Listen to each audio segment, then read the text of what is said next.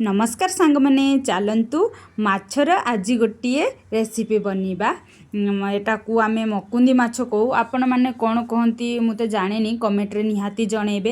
एटा इलिश भाया देखापी किंतु इलिश नुहे। आउ प्रथमे लुण हलदी गलई माछ को तेल रे सांतुली आनिबा तापरे से तेल रे आमे आलू को भी पीस पीस करी भल भाव सिझिबा पर्यंत लाल करी भाजी आनिबा। प्लीज सांग मैंने मोर वीडियो रे मुझे कहूची वॉइस दौची मोर किसी भूल त्रुटि रहिले मते क्षमा करदेवे।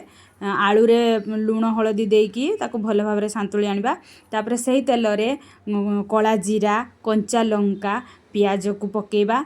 पियाज भल भाव लाल हो गला परे अदा रसुण पेस्ट पकेबा ताको पुणी ताको भाजीबा। अदा रसुण पेस्ट हो गला परे ताको सरिष टमाटो आमे ताको ग्राइंडिंग करिकी रखिदिबा ताको पकेइदबा।